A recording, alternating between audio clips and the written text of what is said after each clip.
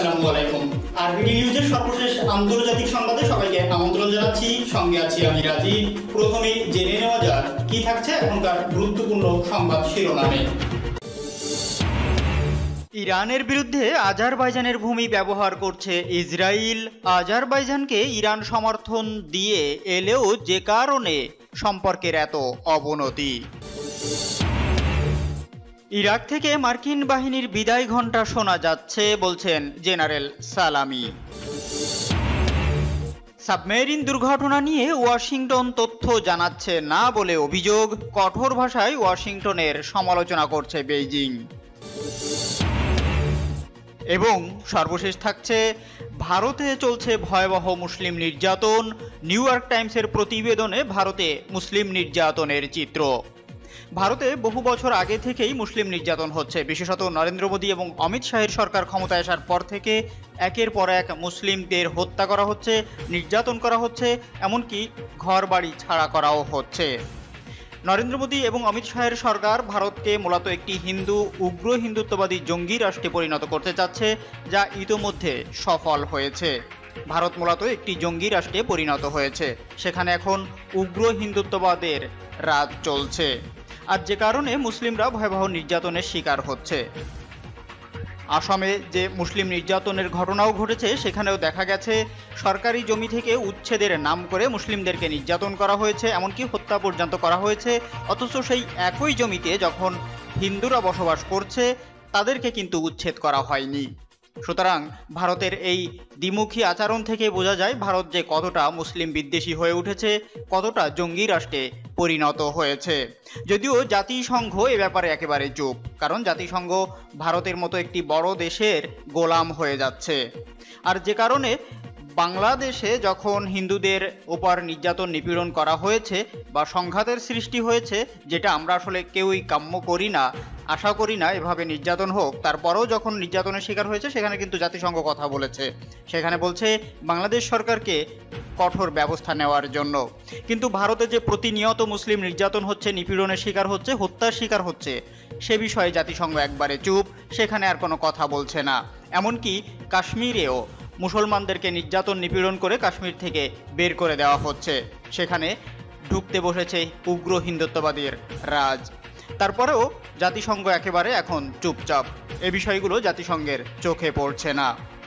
এ বিষয়ে আপনারা আপনাদের মূল্যবান মতামত প্রদান করবেন। উগ্র হিন্দুত্ববাদী জঙ্গি গোষ্ঠী ভারত যেভাবে দখল করেছে, ভারতে যেভাবে জঙ্গি রাষ্ট্রে পরিণত হচ্ছে, তাতে কি বেশি দিন ভারতের এই গুন্ডামি টিকিয়ে রাখতে পারবে নরেন্দ্র মোদী এবং অমিত শাহের সরকার বলে আপনারা মনে করেন? আপনারা এই বিষয়ে মূল্যবান মতামত প্রদান করবেন এবং অনুরোধ থাকবে গুরুত্বপূর্ণ এই ভিডিওটি না টেনে শেষ পর্যন্ত দেখার জন্য। এতক্ষণ সংবাদ শিরোনামগুলো শুনছিলেন, এখন বিস্তারিত। তবে তার আগে রিকোয়েস্ট থাকবে ভিডিওটিতে একটি লাইক করুন এবং আপনি যদি এই চ্যানেলটিতে নতুন হয়ে থাকেন, চ্যানেলটি সাবস্ক্রাইব করে পাশে থাকা বেল আইকনটি অন করে দিন। ইরানের বিরুদ্ধে আজারবাইজানের ভূমি ব্যবহার করছে ইসরায়েল। আজারবাইজানকে ইরান সমর্থন দিয়ে এলেও যে কারণে সম্পর্কের এত অবনতি। সম্প্রতি কারাবাখ নিয়ে দ্বিতীয় যুদ্ধে আর্মেনিয়ার বিরুদ্ধে আজারবাইজান বিজয় লাভের পর তেহরান ও বাকুর মধ্যে সম্পর্কের উন্নতি ঘটেছিল। কিন্তু ইহুদিবাদী ইসরায়েলের উস্কানির কারণে হঠাৎই তেহরান বাকু সম্পর্কে উত্তেজনা তৈরি হয় এবং শেষ পর্যন্ত শত্রুতায় গিয়ে গড়ায়। প্রকৃতপক্ষে আজারবাইজানের প্রেসিডেন্ট ইলহাম আলিয়েভ গত 27 সেপ্টেম্বর দ্বিতীয় কারাবাখ যুদ্ধের প্রথম বিজয় বার্ষিকীতে দেওয়া ভাষণে ইরানকে তার দেশের সরকার ও জনগণের প্রধান শত্রু হিসাবে অভিহিত করেন। এরপরই তেহরানও প্রতিক্রিয়া দেখায় এবং দুদেশের সম্পর্কের অবনতি ঘটে। অথচ বাস্তবতা হচ্ছে ভ্রাতৃত্বপ্রতিম এই দুই মুসলিম দেশের সম্পর্ক অনেক ঘনিষ্ঠ। আজারবাইজানের প্রযুক্তি খাতে উন্নয়ন, বিশেষ করে কারাবাখ নিয়ে দ্বিতীয় যুদ্ধে এই দেশটির বিজয়ের পিছনে ইরানের ভূমিকা ছিল অনস্বীকার্য। কিন্তু ইরানের সঙ্গে আজারবাইজানের সম্পর্কের ক্ষেত্রে সিদ্ধান্ত নেওয়ার জন্য ইসরায়েলকে সুযোগ করে দেওয়ায় ইসরায়েল সেই সুযোগের অপব্যবহার করেছে। ইসরায়েল এমনভাবে প্রভাব খাটিয়েছে যাতে প্রতিবেশী ইরান ও আজারবাইজানের মধ্যে গভীর শত্রুতা তৈরি হয়। অথচ মাত্র 1 মাস আগেও তেহরান ও বাকু দ্বিপক্ষীয় ও আঞ্চলিক সম্পর্ক ঘনিষ্ঠ করার ও সহযোগিতা বাড়ানোর পাশাপাশি বিরাজমান সীমাবদ্ধতা অপসারণেরও পদক্ষেপ নিয়েছিল। কিন্তু হঠাৎই আজারবাইজানের কর্মকর্তারা ইরানের বিরুদ্ধে ভিত্তিহীন মন্তব্য এবং বক্তব্য দেওয়া শুরু করেন। সম্প্রতি আজারবাইজানে বিদেশি নির্ভর কিছু গণমাধ্যম সেদেশে ইসলামপন্থী ও ইরান বিরুদ্ধে ব্যাপক অপপ্রচার শুরু করেছে। এমনকি এক্ষেত্রে তারা উদ্দেশ্যমূলকভাবে গত ৩ দশকে বাকুর সরকার ও দেশটির মুসলিম জনগণের প্রতি ইরানের সমর্থনের বিষয়টিকেও সম্পূর্ণ এড়িয়ে গেছে। ইরান গত ৩ দশক ধরে আজারবাইজানের অর্থনৈতিক, সামরিক, রাজনৈতিক ও সাংস্কৃতিক সহ সব ক্ষেত্রে সর্বাত্মক সাহায্য সমর্থন দিয়ে এসেছে, কিন্তু তারপরেও ওই দেশটির স্বাধীনতার পর থেকে এখনও পর্যন্ত ইসরায়েল কূটনৈতিকদের ইন্ধনে আজারবাইজানের কোনো গণমাধ্যম ইরানের বিরুদ্ধে অপপ্রচার চালিয়ে ভ্রাতৃত্বপ্রতিম এই দুই মুসলিম দেশের মধ্যে উত্তেজনা ও শত্রুতার সৃষ্টির চেষ্টা করেছে। আজারবাইজানের প্রেসিডেন্ট ইলহাম আলিয়েভ গত ৬ মাস আগেও ইরান সীমান্ত পরিদর্শন করে এবং প্রথমবার এই দুই দেশের সীমান্তকে বন্ধুত্বপূর্ণ এবং বন্ধুত্বের সীমান্ত বলে অভিহিত করেছিলেন। এছাড়া কয়েক মাস আগেও তিনি ইরানের কর্মকর্তাদের সঙ্গে সাক্ষাতে দুদেশের সীমান্তকে বন্ধুত্বের সীমান্ত বলে অভিহিত করেছিলেন। সম্প্রতি কারাবাখ এলাকার মালিকানা নিয়ে চলা দ্বিতীয় যুদ্ধে আজারবাইজান আর্মেনিয়ার দখলে থাকা কারাবাখ এলাকা পুনরুদ্ধারে সক্ষম হয়। আজারবাইজানের প্রেসিডেন্ট উদ্ধারকৃত এলাকা পরিদর্শন করে যুদ্ধের পরপরই দুদেশের যৌথ সীমান্ত নিরাপত্তা জোরদারের পদক্ষেপ নেওয়ার কথা জানিয়ে বলেছিলেন, ইরানের সঙ্গেও আমাদের সীমান্ত হচ্ছে বন্ধুত্বের সীমান্ত।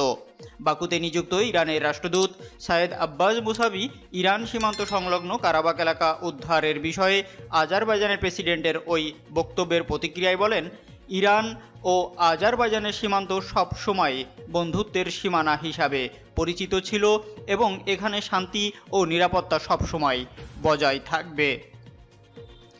এক টুইট বার্তায় প্রেসিডেন্ট ইলহাম আলিয়েভকে উদ্দেশ্য করে তিনি আরও বলেছিলেন, বিদেশিদের হস্তক্ষেপ ও তাদের উপস্থিতি ছাড়াই প্রতিবেশী এই দুই দেশের মধ্যে শান্তি ও নিরাপত্তা বজায় থাকবে।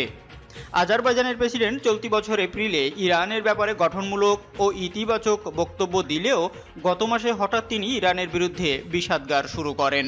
বলা যায়, দখলদার ইহুদিবাদী ইসরায়েলের দ্বারা প্রভাবিত হয়ে তিনি সেদেশের গণমাধ্যমে ইরানের বিরুদ্ধে অপপ্রচার শুরু করেন এবং এ দেশটির বিরুদ্ধে ব্যবস্থা নেওয়ার হুমকি দেন।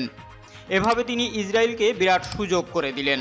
সম্প্রতি বিদেশিদের মাধ্যমে প্রভাবিত আজারবাইজানের গণমাধ্যমগুলো ওই দেশটির মুসলিম জনগণের কাছে ইরান সম্পর্কে খারাপ ধারণা তৈরির জন্য ইরানের বিরুদ্ধে নানা অপপ্রচার শুরু করেছে।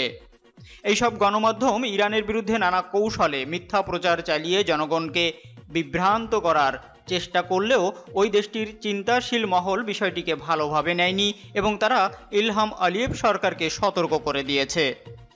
আজারবাইজানের প্রভাবশালী রাজনীতিবিদ ও জামিয়াতে দিন সংগঠনের নেতা ইলকার ইব্রাহিম উগলু বলেছেন, আজারবাইজান সরকারের উচিত হবে না অযথা কোনো দেশের সঙ্গে সংঘাতে লিপ্ত হওয়া। প্রকৃতপক্ষে আজারবাইজানের সচেতন বুদ্ধিজীবী শ্রেণী ও রাজনৈতিক মহল মনে করেন, আলিয়েভ সরকার ইরানের বিরুদ্ধে বিভিন্ন পরিকল্পনা প্রণয়ন ও তা বাস্তবায়ন এবং ইরান বিরোধী অপপ্রচার চালানোর জন্য দখলদার ইসরায়েলকে সেদেশের মাটি ব্যবহারের সুযোগ করে দিচ্ছে। তবে প্রেসিডেন্ট আলিয়েভ সহ দেশটির অন্যান্য কর্মকর্তারা এই ধরনের অভিযোগ অস্বীকার করলেও বাস্তবতা হচ্ছে বেশ কিছু ঘটনায় প্রমাণিত হয়েছে সেদেশে ইসরায়েলের ব্যাপক প্রভাব রয়েছে এবং তারা ইরান বিরোধী কর্মকাণ্ডে লিপ্ত রয়েছে। এ থেকে বোঝা যায় ইরান সহ অন্যান্য মুসলিম দেশের সঙ্গে যুদ্ধে ইসরায়েল সব দিক থেকে পরাজিত হয়ে এখন ইরানকে আঘাত হানার জন্য সর্বশেষ ঘাঁটি হিসাবে আজারবাইজানের ভূমি ব্যবহার করছে। তবে ইসরায়েলের মাধ্যমে প্রভাবিত হয়ে আজারবাইজান সরকার ইরানের বিরুদ্ধে অবস্থান নিলেও ইরান কখনোই ওই মুসলিম দেশকে শত্রু মনে করেনি। বিভিন্ন সময়ে আজারবাইজানের সরকার ও জনগণের জন্য ইরানের সাহায্য সহযোগিতা ভুলে যাবার মতো নয়। বলা যায়, ওই দেশটির সরকার ও উত্তর অঞ্চলীয় আরশ এলাকার জনগণের জন্য ইরানের সাহায্য এতটাই চোখে পড়ার মতো ছিল যে ওই দেশটির কর্মকর্তারাও তা স্বীকার করে ইরানের প্রতি কৃতজ্ঞতা জানিয়েছিলেন। এমনকি গত বছর অক্টোবর মাসে আজারবাইজানের vice president general Muharram Aliyev দেশটির প্রতিরক্ষা ক্ষেত্রে ইরানের সাহায্য সহযোগিতার ব্যাপক প্রশংসাও করেছিলেন। তিনি শিয়াজ বার্তা সংস্থাকে দেওয়া সাক্ষাৎকারে ইরানকে গুরুত্বপূর্ণ প্রতিবেশী মুসলিম রাষ্ট্র হিসাবে অভিহিত করে বলেছিলেন, আজারবাইজানের নাগজাবন এলাকা যখন শত্রু দ্বারা অবরুদ্ধ হয়ে পড়েছিল তখন ইরান ব্যাপক সাহায্য করেছিল এবং আজারবাইজানের ওই দুঃসময়ে তেহরানের ভূমিকা বাকু কখনোই ভুলে যাবে না। তার ওই বক্তব্যের মাত্র একদিন আগে আজারবাইজানের প্রেসিডেন্ট ইলহাম আলিয়েভ সিএনএনকে দেওয়া সাক্ষাৎকারে সাম্প্রতিক কারাবাখ নিয়ে দ্বিতীয় যুদ্ধে ইরানের অবস্থান ছিল খুবই ন্যায়সঙ্গত বলে মন্তব্য করেছিলেন। কিন্তু এত ইতিবাচক মনোভাব প্রকাশের পরও ইসরায়েলি প্রভাবের কারণে ইরানের ব্যাপারে আজারবাইজানের কর্মকর্তাদের নীতি অবস্থানে আমূল পরিবর্তন লক্ষ্য করা যাচ্ছে। তবে তাদের এই অবস্থান নিজেদের জন্যই ক্ষতিকর, কেননা ইসরায়েলের মতো দখলদার শক্তির উপর ভর করে কোনো দেশ নিরাপত্তা প্রতিষ্ঠিত হতে পারে না। ইরাক থেকে মার্কিন বাহিনীর বিদায় ঘণ্টা শোনা যাচ্ছে বলছেন জেনারেল সালামি। ইরানের ইসলামী বিপ্লব গার্ড বাহিনী বা আইআরজিসি এর প্রধান মেজর জেনারেল হোসেন সালামি বলেছেন, শত্রুরা প্রকাশ্যেই এই অঞ্চল থেকে পিছু হটছে। শত্রুদের পরাজয় এখন সহজেই উপলব্ধি করা যাচ্ছে। তিনি মঙ্গলবার কেরমান প্রদেশে শহীদদের কবরস্থানে এক অনুষ্ঠানে কথা বলেন। আফগানিস্তান থেকে মার্কিন সেনাদের পলায়নের প্রতি ইঙ্গিত করে জেনারেল সালামি আরও বলেন, এখন ইরাক থেকেও মার্কিন সেনাদের বিদায় ঘণ্টা শোনা যাচ্ছে। লেবাননে শত্রুদের ভয়ানক পরিকল্পনা ব্যর্থ হয়েছে, সিরিয়াতেও তাদের অশুভ উদ্দেশ্য হাসিল হয়নি। ইরানের বিরুদ্ধে নিষেধাজ্ঞার ব্যর্থতাও সবাই দেখছে। আইআরজিসি এর প্রধান বলেন, প্রতিরোধ তথা ইসলামী ফ্রন্টের অগ্রযাত্রা জেনারেল কাসেম সোলাইমানির মতো মহান কমান্ডারদের শাহাদাতের মধ্য দিয়ে বন্ধ হবে না, বরং তা আরও বেগবান হবে। তাদের অনুসারীরা সুচারুভাবে এই পথকে এগিয়ে নেবে। জেনারেল সালামি বলেন, প্রতিরোধ ফ্রন্টের বিজয়ের চিহ্ন এখন অতীতের যে কোনো সময়ের চেয়ে বেশি স্পষ্ট। আমরা শত্রুদের পরাজয়ের লক্ষণগুলো স্পষ্ট দেখতে পাচ্ছি। সাবমেরিন দুর্ঘটনা নিয়ে ওয়াশিংটন তথ্য জানাচ্ছে না বলে অভিযোগ, কঠোর ভাষায় ওয়াশিংটনের সমালোচনা করছে বেইজিং। দক্ষিণ চীন সাগরে গভীর তলদেশে একটি মার্কিন সাবমেরিনের দুর্ঘটনায় পড়া নিয়ে আমেরিকা রাগঢাক রাখছে বলে কঠোর ভাষায় ওয়াশিংটনের সমালোচনা করছে বেইজিং। চীনা প্রতিরক্ষা মন্ত্রণালয়ের মুখপাত্র ট্যাং কেফেই বলেছেন, আমেরিকা যদি নিজেকে দায়িত্বশীল মনে করে তাহলে সে যেন ওই দুর্ঘটনা সম্পর্কে বিস্তারিত তথ্য বিশ্ববাসীকে জানায়। তিনি এই দুর্ঘটনাকে পূর্ব এশিয়ায় আমেরিকার উস্কানিমূলক তৎপরতার ফসল বলেই মন্তব্য করেন। চীনা প্রতিরক্ষা মন্ত্রণালয়ের মুখপাত্র বলেন, আমেরিকার উস্কানিমূলক তৎপরতার কারণে আঞ্চলিক নিরাপত্তা ও সাগরে জাহাজ চলাচল হুমকির মুখে পড়েছে। দক্ষিণ চীন সাগরে পানিসীমায় গত সপ্তাহে একটি অজ্ঞাত বস্তুর সঙ্গে মার্কিন সাবমেরিন ইউএসএস কানেকটিকাট এর ধাক্কা লাগায় বলে মার্কিন গণমাধ্যমগুলো খবর দেয়। এতে বলা হয়, সাবমেরিনটি ছিল পরমাণু শক্তি চালিত এবং এটি আন্তর্জাতিক পানিসীমায় চলাচল করছিল। ওই দুর্ঘটনায় আমেরিকার 11 নাবিক আহত হয়েছে বলে জানায় মার্কিন সেনাবাহিনী। ওই বাহিনী দাবি করে, দুর্ঘটনায় সাবমেরিনটির পরমাণু জ্বালানি ভাণ্ডারের কোনো ক্ষতি হয়নি এবং এটির সার্বিক পরিস্থিতি স্বাভাবিক রয়েছে। চীনের বিচ্ছিন্ন দ্বীপ তাইওয়ানকে সমর্থনের অজুহাতে দক্ষিণ চীন সাগরে মাঝে মধ্যেই যুদ্ধজাহাজ ও সাবমেরিন পাঠায় আমেরিকা। তাইপের সঙ্গে দহরম মহরম ও দেশটিকে সশস্ত্র সমরাস্ত্র দিয়ে সহযোগিতা করার ব্যাপারে ওয়াশিংটনকে বহুবার সতর্ক করে দিয়েছে বেইজিং। ভারতে ভয়াবহ মুসলিম নির্যাতন, নিউ ইয়র্ক টাইমসের প্রতিবেদনে ভারতে মুসলিম নিধনের চিত্র। ভারতের আসামে সরকারি বাহিনী কর্তৃক মুসলমানদের উচ্ছেদ ও তাদের নির্যাতনের একটি চিত্র উঠে এসেছে মার্কিন গণমাধ্যম নিউ ইয়র্ক টাইমসের প্রতিবেদনে। অনুসন্ধানী এই প্রতিবেদনটি রবিবার নিউ ইয়র্ক টাইমস অনলাইন ভার্সনে প্রকাশ করা হয়। প্রতিবেদনটিতে বলা হয়, পুলিশ তার বাড়ি পুড়িয়ে দিচ্ছে, অসহায়ের মতো দৃশ্যটি দেখলেন আহমদ আলী। তারা ঝাঁকে ঝাঁকে এলো গ্রামটিতে, উচ্ছেদ বিরোধী শান্তিপূর্ণ প্রতিবাদে লাঠিচার্জ করলো। যখন বিক্ষোভকারীরা পাল্টা জবাব দেওয়ার চেষ্টা করলো তখন চালানো হলো গুলি। এতে নিহত হলো 12 বছর বয়সী এক বালক সহ 2 জন। পরে পুলিশ গ্রামের বাড়িগুলোতে আগুন ধরিয়ে দিল। এই আগুনে পুড়ে গেল গবাদি পশুসহ ঘরের সব কিছু। এক ভিডিওতে জাতীয় ও আন্তর্জাতিক সম্প্রদায়ের কাছে বলছিলেন আহমেদ আলী, দয়া করে দেখুন আমরা কি মিথ্যা বলছি। দেশটির দক্ষিণ অঞ্চলের গত মাসের এই সহিংসতার ভিডিও ও বর্ণনা ভারতের অনেকাংশে ব্যথিত করেছে। ভাইরাল হওয়া এই ভিডিও বিশ্ববাসীর দৃষ্টিও আকর্ষণ করেছে।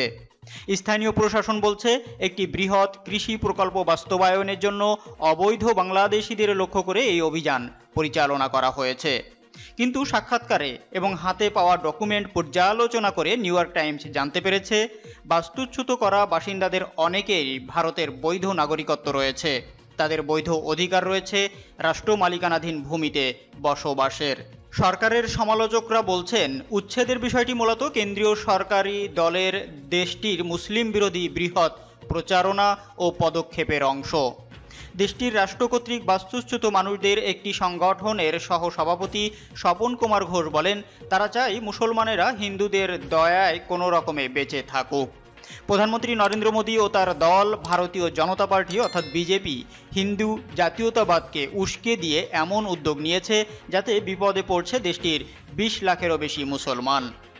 2019 সালের ডিসেম্বরে ভারত শরণার্থী বিষয়ক একটি আইন করে সেখানে পার্শ্ববর্তী দেশগুলো থেকে আগত হিন্দু ও অন্য আরও 5টি ধর্মের বাসিন্দাদের ভারতীয় নাগরিকত্ব দেওয়ার কথা বলা হয়, কিন্তু সেখানে স্থান পায়নি মুসলমানেরা। কয়েকটি রাজ্যে এমন একটি আইন বলবৎ করা হয়েছে যেখানে বিয়ের মাধ্যমে ধর্ম পরিবর্তনকে লাভ জিহাদ আখ্যা দিয়ে তা নিষিদ্ধ করা হয়েছে। সবচেয়ে কঠিন পদক্ষেপ নেওয়া হয়েছে 1/3 মুসলিম জনগোষ্ঠীর রাজ্য আসামে। 2019 সালের গ্রীষ্মে নাগরিকত্ব পর্যালোচনার নামে নাগরিকত্ব হারা করা হয়েছে 3,30,000-এর মতো মানুষকে, যাদের বেশিরভাগই গরিব ও মুসলমান। এখন রাজ্যটিতে হিমন্ত বিশ্ব শর্মার প্রশাসনে জোর করে উচ্ছেদ করছে হাজারো মানুষের, যাদেরকে দ্বারা তারা সন্দেহভাজন বিদেশি বলে চিহ্নিত করেছে। স্থানীয় জনগণ ও মানবাধিকার গ্রুপগুলো বলছে, উচ্ছেদ করা মানুষগুলো প্রধানত মুসলমান। বিশ্ব শর্মা সরকার সম্প্রতি রাজ্যের আদিবাসীদের মাঝে ভূমি পুনর্বণ্টনের পরিকল্পনার কথা ঘোষণা করেছে। দলের নেতারাই ইতোমধ্যে বিশ্ব শর্মাকে তাগিদ দিয়েছেন আরও বেশি উচ্ছেদ অভিযান চালাতে এবং বসতিপূর্ণ জায়গাগুলোতে আরও বেশি কৃষি প্রকল্প বাস্তবায়ন করতে। এ ব্যাপারে আসামের কোনো কর্মকর্তা বা দলীয় কোনো নেতা কোনো মন্তব্য করতে রাজি হননি। তবে মুখ্যমন্ত্রী বিশ্ব শর্মা এটিকে মুসলিম বিরোধী উচ্ছেদ অভিযান বলতে অনিচ্ছুক। তিনি বলেছেন, তাদের এই কাজে জনগণের সমর্থন রয়েছে। এই অভিযান এমন একটি অঞ্চলে হচ্ছে যে অঞ্চলটি সবুজ পাহাড় ও চা বাগানের জন্য বিখ্যাত। সেখানকার অনেক মানুষ নিজেদেরকে ভারতীয় বলে পরিচয় দেওয়ার আগে আসামি বলে পরিচয় দিতেই বেশি স্বাচ্ছন্দ্য বোধ করেন। স্থানীয় বাসিন্দাদের অনেকে, যারা আসামি ভাষায় কথা বলেন, কখনো কখনো ভারতীয় শাসনের বিরুদ্ধে চাপা ক্ষোভ দেখান, আর এর মাধ্যমে অঞ্চলটিতে তৈরি হয়েছে একটি বিচ্ছিন্নতাবাদী আন্দোলনের।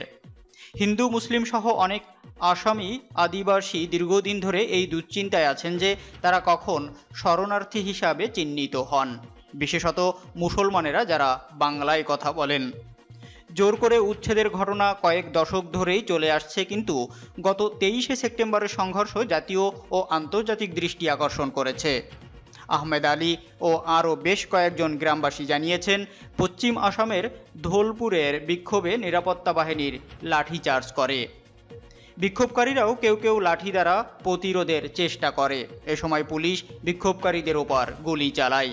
এ সময় তারা বাড়িঘরে আগুন ধরিয়ে দেয় এবং মসজিদ মাদ্রাসায় ভাঙচুর চালায়। এ ঘটনায় মইনুল হক নামে এক ব্যক্তির মৃত্যু ব্যাপক আলোড়ন সৃষ্টি করে। একটি ভিডিওতে দেখা যায় গুলি খেয়ে মইনুল হক মাটিতে পড়ে যান। তারপরও পুলিশ সদস্যরা তাকে লাঠি দ্বারা আঘাত করতে থাকেন। পরে স্থানীয় প্রশাসনের হয়ে কাজ করা একজন ফটোগ্রাফার তার উপর ঝাঁপিয়ে পড়ে। তার আঘাতে মইনুলের বুক থেকে রক্ত ছড়িয়ে পড়তে থাকে। তাকে সরকারের দেওয়া পরিচয়পত্র দ্য টাইমসকে দেখায় তার পরিবার, যেখানে দেখা যায় তিনি ছিলেন একজন ভারতীয় নাগরিক। পরিবারের সদস্যরা জানিয়েছেন তার বয়স 28 বছর। তারা ব্রহ্মপুত্র নদের তীরে একটি চরে টিন ও কাঠ দিয়ে তৈরি করা ঘরে বসবাস করছেন। সম্প্রতি সেখানে গিয়ে দেখা যায় দুজন নারী কান্নাকাটি করছেন। নিজের ৯ বছরের মেয়ের দিকে তাকিয়ে কান্নার স্বরে মইনুলের স্ত্রী মমতাজ বেগম বলছিলেন, আমরা তাকে অর্থাৎ মইনুলকে ছাড়া কিভাবে বাঁচব, কিভাবে আমি বাচ্চাদের বড় করব। মইনুল হকের আত্মীয় স্বজনরা বলছেন, নিরাপত্তা বাহিনীর কর্মীরা তাদের হুমকি দিয়েছেন যেন তারা তার লাশের কাছে না আসে বা লাশ স্পর্শ না করে। তারা তার লাশকে একটি বুলডোজারের সাথে বেঁধে এবং ময়নাতদন্তের জন্য নিয়ে যায়। তবে এ ব্যাপারে পুলিশ কোনো মন্তব্য করেনি। মইনুল হকের ছোট ভাই আইনউদ্দিন বলেন, আমরা মুসলমান হওয়ার কারণেই তারা আমাদের অত্যাচার করে। স্থানীয়রা বলছেন, তারা এখানে বসবাস করছেন এবং চাষাবাদ করছেন কয়েক দশক ধরে। মইনুলের পরিবার ও অন্যরা তাদের জমির খাজনা দেওয়ার ডকুমেন্ট এই প্রতিবেদককে দেখিয়েছেন। তবুও সরকারের পরিকল্পনা হলো এখানে কৃষিকাজের জন্য জমির উন্নয়ন করবে এবং তা ধোলপুরে নতুন করে ভূমিহীন হওয়া আদিবাসীদের মাঝে বরাদ্দ দিবে, যারা বেশিরভাগই হিন্দু। সেখানকার একটি হিন্দু মন্দিরের পুরোহিত উদ্ধব দাস বলেছিলেন, ওই লোকগুলোকে উচ্ছেদ করাটা খুব ভালো একটি কাজ হয়েছে, কারণ হিন্দুরা তাদের জমি আবার ফিরে পাবে। মসজিদ মাদ্রাসা উচ্ছেদের ব্যাপারে তার দৃষ্টি আকর্ষণ করা হলে তিনি বলেন, হিন্দুদের মসজিদ ও মাদ্রাসার দরকার নেই। আইনজীবীরা ও বিরোধী রাজনীতিবিদরাও সতর্ক করে বলেছেন, আসামের রাজনৈতিক গোষ্ঠী ধর্মীয় বিভেদকে মারাত্মক পর্যায়ে নিয়ে যাচ্ছে। সেখানকার বিরোধী এক নেতা অখিল যোগী বলেছেন, এটি একটি বর্বর সরকারের বর্বর কর্মকাণ্ড। গোগি কাঠোর ভারতীয় নিরাপত্তা আইন মামলায় খালাস পেয়ে গত ৪ মাস আগে জেল থেকে মুক্তি পেয়েছেন। কৃষক আহমদ আলী বলছিলেন, বাড়িতে লাগিয়ে দেওয়া আগুনে তার জমির দলিলপত্র পুড়ে গেছে। তিনি বলছিলেন, পুলিশ শুধু বাড়িগুলোই পোড়ায়নি, পুড়িয়ে দিয়েছে তাদের স্বপ্নগুলো। আগুন শুধু বাইরেই পোড়াচ্ছিল না, অনুভব করছি এটা আমার ভিতরেও পুড়িয়ে দিচ্ছে। এতক্ষণ সঙ্গে থাকার জন্য ধন্যবাদ। দেখা হচ্ছে পরবর্তী ভিডিওতে। ততক্ষণ পর্যন্ত ভালো থাকুন, সুস্থ থাকুন। আল্লাহ হাফেজ।